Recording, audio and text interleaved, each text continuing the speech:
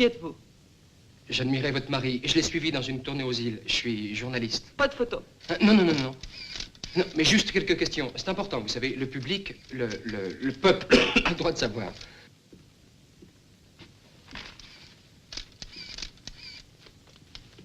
Pourquoi pensez-vous que ce n'est pas un accident fortuit? Que c'est pas un accident du tout? Hier, quelqu'un aurait entendu proférer des menaces de mort. Vous étiez au courant. Vous vous y attendiez, n'est-ce pas? Vous avez dit, ainsi, ils y sont quand même parvenus. Qu'est-ce que je dis? Au directeur de l'hôpital, la nuit passée, vous avez dit, ils y sont quand même parvenus. Qui ça, ils? Laissez-moi. Ce triporteur, les coupables sont arrêtés. C'est bien à eux que vous pensiez. Laissez-moi.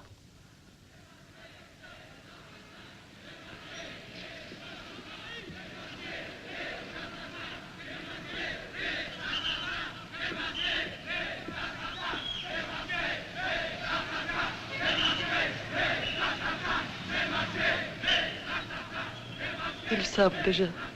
Bien sûr, madame. Et ça ne fait que commencer.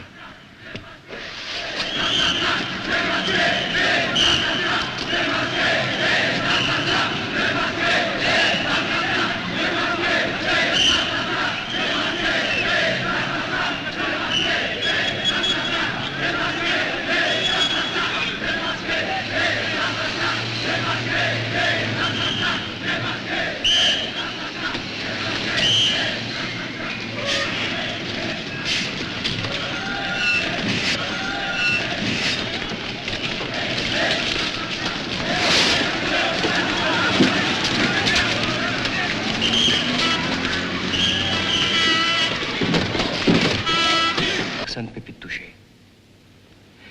Dis-moi, tu connais pas quelqu'un qui pourrait me les montrer, ces gens du croc? Je paierai. Ça, c'est eux, c'est sûr. Raison de plus pour les démasquer. Alors, tu connais personne? Si. Mais tu me jures de pas dire que c'est moi qui t'ai indiqué le nom. C'est Dumas. On l'appelle le Russe parce qu'il est né à Odessa. Il est avec le croc, mais parce qu'ils le tiennent. Ils le tiennent à cause d'une histoire de son frère. Son rêve, c'est d'aller travailler en Allemagne. Mais il n'a pas de passeport. Alors, si tu peux lui arranger ça. Oh, Dumas! Voilà. Chose promise, chose faite. À toi maintenant. Vous aimez pas? Si. Alors, sa question. Ils se réunissent régulièrement, ceux du croc? Oui. Où ça? Chez un gros type. Dans l'arrière-ville.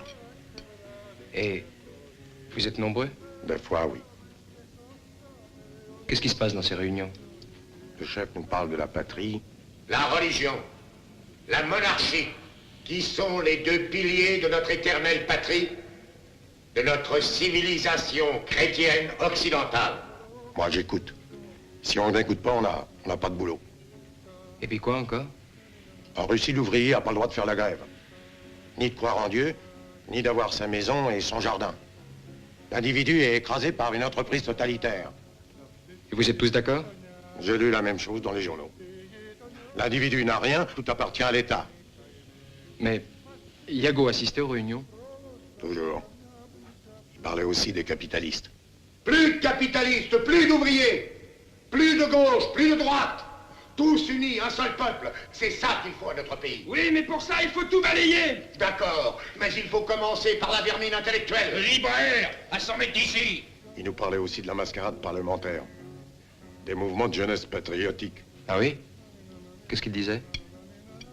Qu'il faut regrouper les jeunes. Leur donner un idéal commun.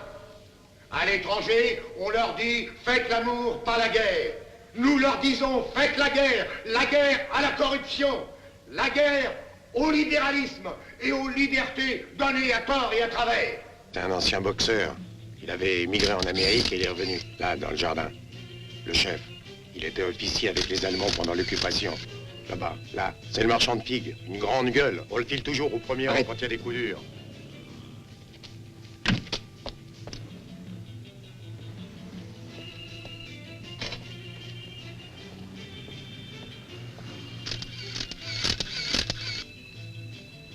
Donnez-moi quelques figues. Voilà, monsieur. Non. Non plus. On dirait... C'est lui. Cet homme m'a frappé 2 fois. Devant l'hôtel et dans l'ambulance. Écrivez-le ici et là, dans la marge. Alors comme ça, vous me connaissez. Je suis un travailleur, moi. Vous me déshonorez. Un travailleur honnête. Et vous me montrez comme un gangster. Cette manifestation, j'y suis pas allé. Je vous connais pas. C'est pas de politique, moi. Les députés, ils sont tous cochons et compagnie. Laissez-le. Sortez.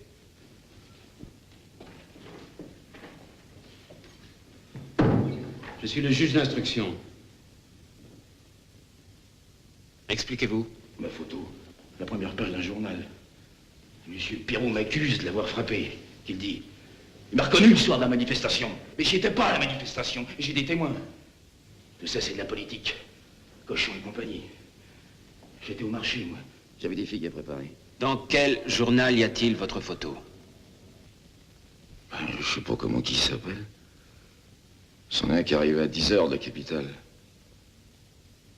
Je sais pas lire, moi, enfin... Pas couramment. Alors...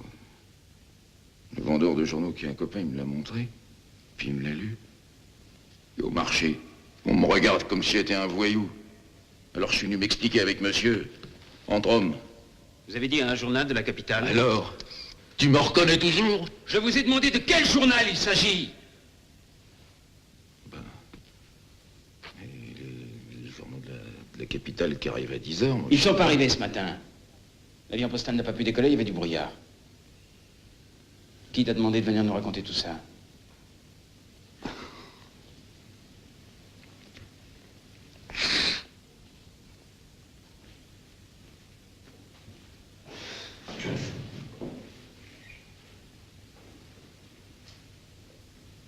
Oui. C'est moi qui l'ai frappé. Mais c'est pas moi. On m'a forcé. La même personne qui est venue me prévenir, il m'a forcé. Quelle personne? Comment s'appelle-t-il? Non, je peux pas dire son nom. Il est très haut placé. C'est une personne importante. Je peux pas dire son nom. Il est venu me prévenir. Ah, René, bonjour. Il y aura ta photo dans un journal de la capitale. Ma photo? Oui. Les journaux arrivent à 10h, vers 11h moins le quart, mais pas avant, surtout pas avant.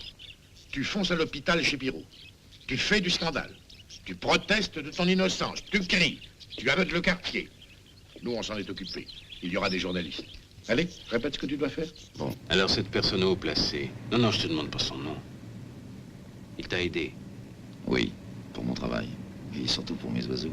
Faut dire qu'ils réveillent les voisins le matin parce qu'ils chantent. Alors il y a eu des plaintes, on voulait me chasser de la maison. Pourtant, c'est joli les oiseaux. Faudrait que vous veniez les voir, monsieur le juge.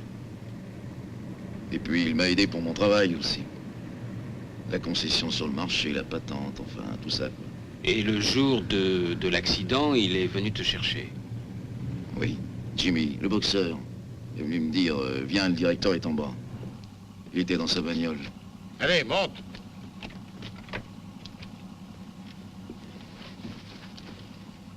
Tu sais que c'est pour ce soir? Ah, mais c'est pas possible. J'attendais un chargement de figues. C'est fragile, les figues. Faut les sortir des paniers. Écoute, baronnet. Pour les vendre, tes figues, il te faut un étalage. Mais je l'ai, l'étalage. Il te faut aussi une autorisation. Je l'ai, l'autorisation. Mais évidemment, tu as l'autorisation. Mais pour combien de temps encore? Pour 6 mois. Bougre d'imbécile qui te les renouvelle, tes autorisations. C'est lui qui donne les autorisations? Eh oui. Et puis après, il nous a déposés près du Piccadilly. Baronnet, ce soir, je veux du bon travail. Je te fais confiance. Si ça marche, tu auras une autorisation définitive. Et peut-être une nouvelle maison, pour que tu restes tranquille avec tes petits oiseaux. Allez, va. J'ai dit comme ça, oui, mon colonel. On fera pour le mieux. C'est le colonel de la gendarmerie, n'est-ce pas? Oui. Bien.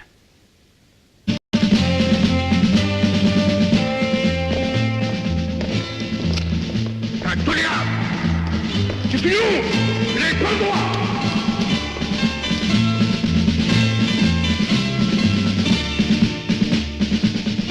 Putain, ignoble! Nom, prénom, profession.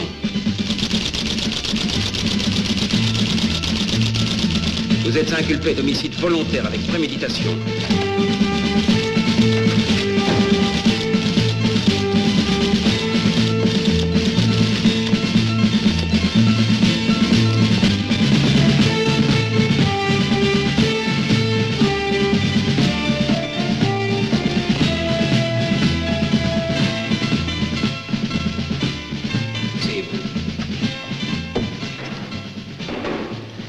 Vous devez bien comprendre que pour moi, il n'y a qu'une alternative. Ou je suis lavé de tout soupçon, ou je me suicide pour éviter le déshonneur. Nom, prénom, profession. C'est l'usage, général. Vous êtes inculpé d'homicide volontaire avec préméditation et abus de pouvoir.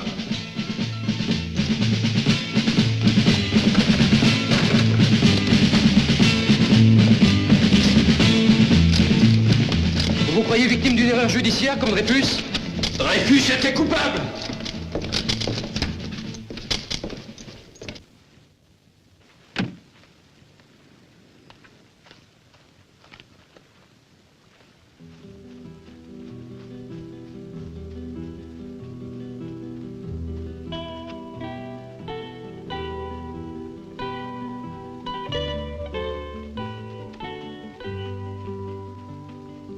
Hélène! Hélène!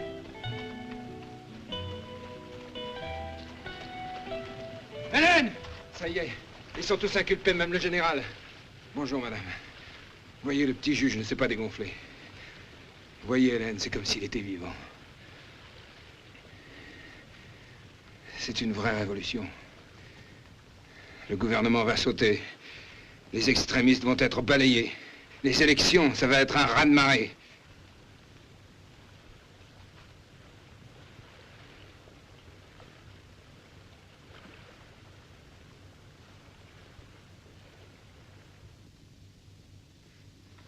Le substitut n'a pas pu assister au procès. Il est mort d'une crise cardiaque selon le diagnostic du médecin légiste. 7 autres personnes n'ont pu témoigner au procès, étant décédées dans l'intervalle. Un accident de voiture, une explosion de gaz, un suicide, une noyade, un accident de travail, un deuxième accident de voiture, mort d'une crise cardiaque au volant de son véhicule. Leur mort n'est réellement pas suspecte et n'a aucun rapport avec l'affaire, a déclaré le nouveau chef de la police.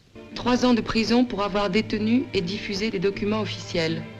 Parallèlement, les militaires interdisaient les cheveux longs, les mini-jupes, Sophocle, Tolstoï, Euripide, briser les verres à la russe, faire grève, Aristophane, Ionesco, Sartre, Albi, Pinter, la liberté de la presse, la sociologie, Beckett, Dostoïevski, la musique moderne, la musique populaire, les mathématiques modernes et la lettre Z qui veut dire « il vivant » en grec ancien.